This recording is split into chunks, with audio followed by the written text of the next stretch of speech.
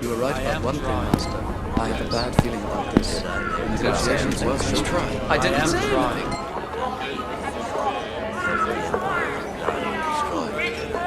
I am drawing. Hello there.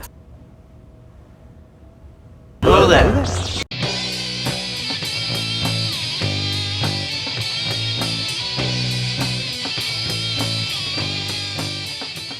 Hey, what's up everybody? Nate here from Out of the Basement, bringing you a brand new action figure review. Today from Star Wars The Black Series, we are taking a look at the Archive Collection ObiWan Kenobi in his Revenge of the Sith look. This is a re-release of the old, ancient, horrifying abomination of a figure that was the original release. With that being said, knowing that this is an archive figure, you could expect that not much has been improved on this version.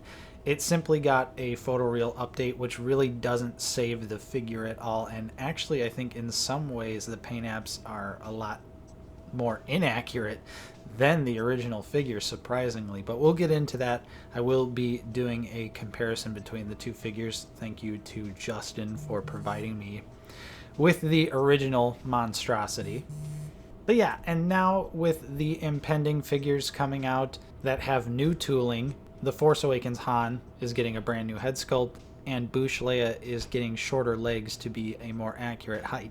This figure stings even worse because I think Obi-Wan Kenobi, specifically in his Revenge of the Sith costume, is a figure that just needs to be redone top to toe, and it deserves it because it is such a popular version of the character. It would have no problem selling again. I'd be almost certain of that. But instead, we get the lame old figure here with a photoreal update. But we're still going to take a look at the figure. We're going to give it a review, check it out, see if maybe, just maybe, it's not so bad after all. But first, a quick rundown of the packaging. This is the archive box. Not very exciting in my opinion. You know, it's black, it's gray. We do get the Gregory Titus art, which is dope, and I will miss this if the archive ever goes away. But here's a look at the back of the box. You've got the bigger image of the Gregory Titus art right here. A small bio for Obi-Wan if you want to pause it and read it. This is part of the 50th Lucasfilm, so we do get the timeline and then the generic 50th blurb. We also have a barcode here down at the bottom. So yeah, not really a whole lot crazy going on with the packaging here. We're going to go ahead and get this figure open. We'll take a look at the single accessory and then the figure itself. As to be expected, Obi's one and only accessory is his signature lightsaber, which is expertly painted this time around. I really do like the paint app details we see here on the hilt. We get a nice little bit of gold there, some bronze, we got silver as well. This is also a thicker lightsaber than the original release here, and it is removable of course. But the blue on this is actually pretty pale this time around. It almost looks clear on camera if I'm going to be honest with you, but it is a very, very light blue. So I don't think that's too accurate. Obi-Wan's lightsaber is pretty blue. But yeah, the hilt here does have some great detail. And we also get a peg for the lightsaber storage. So yeah, even the lightsaber, I'm kind of 50-50 on it. The hilt is really great, but the saber here really is kind of disappointing. It's a little too clear if you ask me. But now let's take a look at the figure. And here he is out of the packaging, and he does look okay. We definitely have some very dated articulation here. We also get stuck with a peanut head. Look at how tiny Obi-Wan's head is. That is not normal. That's not a human head. But the Jedi robes look all right. We do have the limited articulation though, especially the elbows, and unfortunately horizontal hinges. So again, this was a figure I think is worthy of an update. It's worthy of a brand new figure head to toe, especially with how dated this one is. And we'll get into that, especially in the articulation section. But for now, let's go ahead. We'll pull him off the rotating base and we'll get a closer look at the details. And yeah, right off the bat, I mean, look at the photoreal head. It looks okay. You know, I can kind of see Ewan in it, but the sculpt is pretty soft, and even the application of photoreal really doesn't save it. And also, on all the archive figures, his hair is really blonde. Like, this is seriously blonde. And I do not think for a second that Obi-Wan has blonde hair. It's always brown, and especially if you look in Revenge of the Sith, it looks very brown to me. I mean, it's lighter in some scenes, but it is not like this. Like, this is straight up a blonde Obi-Wan Kenobi figure. So the hair right off the bat is honestly not good. And it's actually something that I think the original figure here is more accurate in terms of the hair. I mean, just look at the drastic difference between the two. It's honestly insane. Of course, this one with the pre-photoreal face is pure nightmare fuel. So the face is definitely an improvement, but the hair is a massive step down in my opinion. Otherwise, these figures are virtually the same. Some very, very minor paint app details, and the new archive release tunic is a little bit darker. This old blue line figure might honestly be sun damaged if you ask me. I'm not 100% sure on that, but it does look oddly light around the chest and arms. But soft goods here, oh, I guess it's a little different. This one's got a stitch down the middle, so it fits around tighter. So I guess that's a minor upgrade, but yeah, otherwise the details are pretty much the same. Much cleaner paint on the new figure, of course, as it should be. But yeah, there you go. There's a comparison between the two. I honestly, I don't really know which one's better. I guess I would have to say the archive, but the hair really does bug me. And the Jedi tunic sculpting is decent. I mean, it gets the point across. I think they've done a much better job on later figures like Mace Windu, but this isn't all too bad. And we get some nice soft plastic here for the bottom tunic, so it really doesn't inhibit what articulation is there. But yeah, so we get a corrected skin tone as well. This one's definitely not as pale, but still, the blonde hair. Why? And just a quick look at the legs here. They look pretty good. They get the job done. They get the point across. These aren't too bad, and at least they're, double knees. So yeah, let's just jump into that articulation. No need to beat around the bush here. We know what we're really not going to get with this figure. So let's go ahead and check it out. For the head, we do get, it to pop right off. Nice. Looking up is about that far, and looking down, a decent amount as well, not too bad.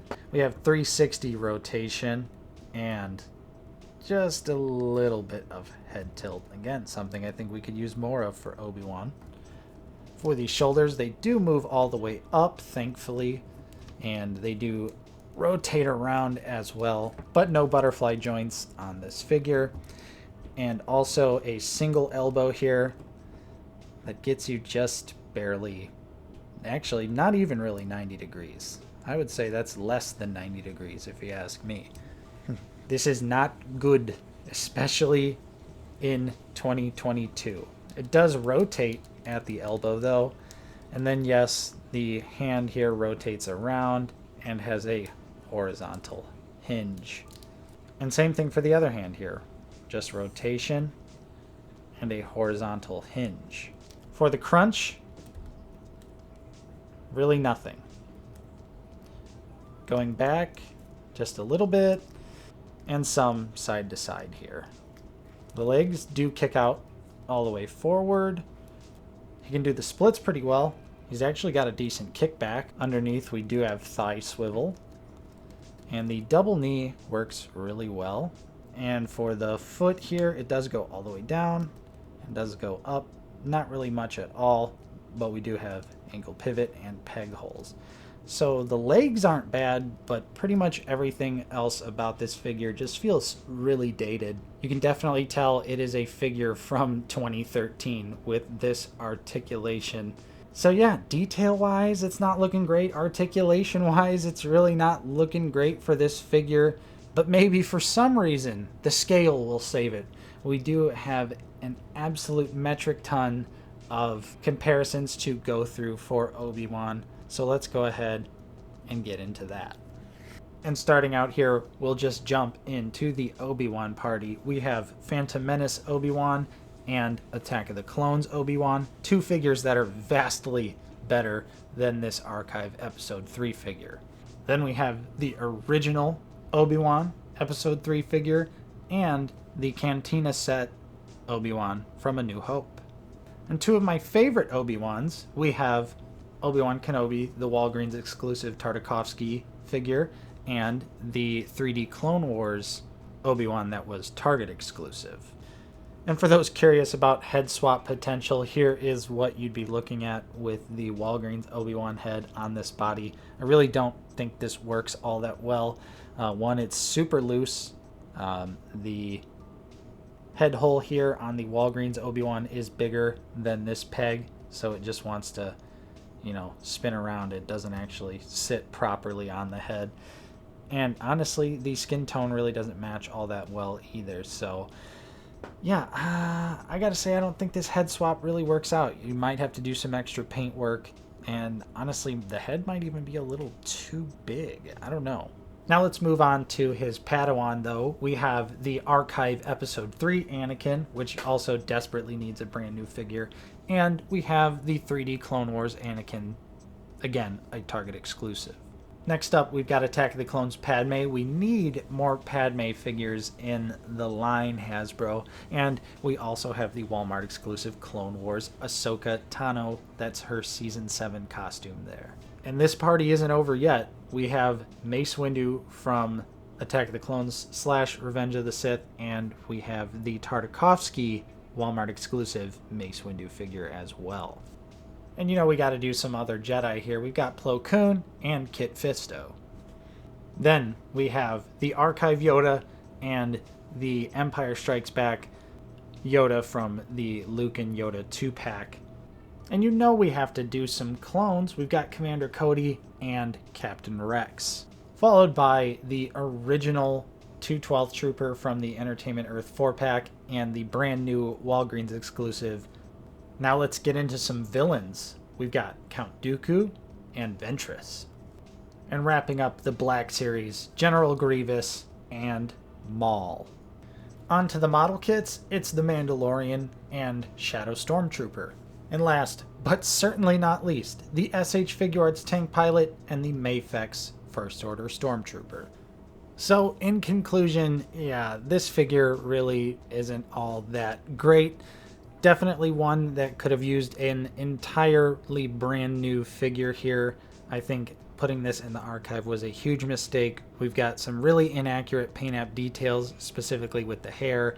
The head is way too small. The body's articulation is severely limited, especially in the arms and hands. Plus, with it being Obi-Wan and there being a brand new Obi-Wan show, that just kind of ended today, I think this figure would have been appropriate to get a brand new release right now. And yeah, it especially stings even more knowing that there are some upcoming archive figures that are getting new tooling. So definitely could have at the very least just done a new head sculpt, and it probably would have improved this figure vastly. But it is what it is. I still think, if you really have that deep down desire to have a Revenge of the Sith Obi-Wan, then yeah, go ahead and pick this one up. It's definitely better than the original, but it's still ultimately inaccurate as well. So that's my review. Hopefully you enjoyed it. If you did, don't forget to leave a like on this video. Subscribe if you are new. We're always talking about Star Wars The Black Series here on the channel. If you'd like to support us directly, we do also offer a channel membership. For 99 cents a month, you get a custom Clone Trooper name badge and some custom emojis that you can use on our videos and in our live streams, which are every single Sunday at 1 p.m. Central Time. Thank you so much for watching. I'm Nate from Out of the Basement, and I will see you next time.